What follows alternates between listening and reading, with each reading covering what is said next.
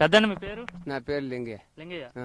ఏం చేస్తుంటావు పెద్దయినా? నేను గిట్నే చేస్తాం, మందు కలుపుతాం, గిట్నే వ్యవసాయం చేస్తాం. వ్యవసాయం చేస్తుంటావు.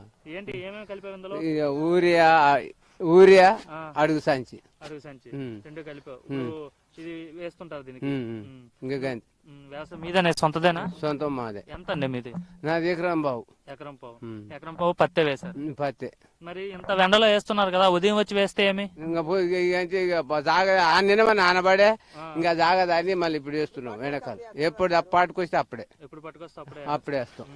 ఎట్లుంది మరి వ్యవసాయం, ఎంత ఉంది, లాభం ఉందా? ఇంకా లాభం అంటే గిదే లాభం. ఓసారి వస్తుంది, ఓసారి పోతుంది. ఆ. ఓసారి వస్తుంది, ఓసారి పోతుంది. పని అప్పుడు మంచిగానే పోతుంది. నీరు ఇయ్యడు దండుగా అవుతుంది, లాభం అయితే తెలియదు. నీరుడు అయితే మంచిగానే అనిపించింది. ఈడు మంచిగా వచ్చింది. ఇయ్యడు ఎట్లుంటుందో ధర ఈడు ఎట్లా ఉంటుందో అది తెలియదు. చెప్పలేము. ఉమ్. అది కూడా అంతే. రైతు బంధు వస్తుందా? ఏ రైతు బంధు వస్తుంది, టైంకి ఇస్తున్నారా? ఇస్తుండ్రు. ఎట్లుంది కేసీఆర్ పరిపాలన?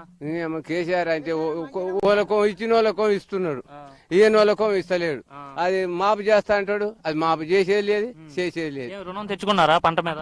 ఆ, పొలం మీద, చిలక మీద రుణం తెచ్చుకున్నారా? తెచ్చుకోలే ఇంకా. అంటే రుణమాఫీ చేస్తా అని చెప్పింది కదా, రుణం. చెప్పిన అది చేస్తలేడు.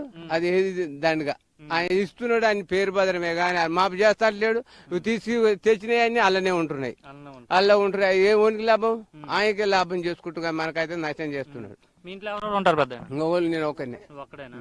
పెన్షన్ వస్తుందా? వస్తలేదు. పెట్టుకున్నారా పెన్షన్? ఎన్నో సార్లు పెట్టిన, ఎంఆర్ కాడికి కూడా పోయినా. ఎంఆర్ఓ దగ్గరికి పోయింది. ఆ. ఏం చెప్తున్నారు ఎంఆర్ఓ? వస్తుంది పోయిన అన్నారు. అంటే ఊళ్ళనే కొట్టేస్తున్నారు. ఎందుకు ఆయనకి వీళ్ళెమ్మడి ఉంటుంది అది ఇది అని కొట్టేస్తున్నారు. అంటే మీరు కేసీఆర్ కి వ్యతిరేకమైన పార్టీలు ఉంటున్నారా? ఏం లేవు మేము. ఆ. నేను వాళ్ళని ఇస్తే నేను పార్టీకి పోను, దేనికి ఏ పార్టీకి సంబంధం లేదు మీరు? నాకు సంబంధం లేదు, ఏం పోను. ఉమ్. పిలిస్తే రారా అంటే పోతాం, అంటే చూస్తాం, మెలకొండ ఇంట్లో పోతాం, అంతే. ఇక ఎవరు పిలిచినా వెళ్తారు, వస్తుంటారు అంతే. అంతే. అంతేగాని మీకైతే పెన్షన్ మంజూరు చేయట్లే. ఎప్పటి నుండి అప్లై చేస్తున్నారు మీరు? మీ వయసు ఎంత ఇప్పుడు? నాకు 68 ఏళ్ళు ఉన్నాయి. 68 ఏళ్ళు ఉన్నాయి, అయినా పెన్షన్ రాయట్లే.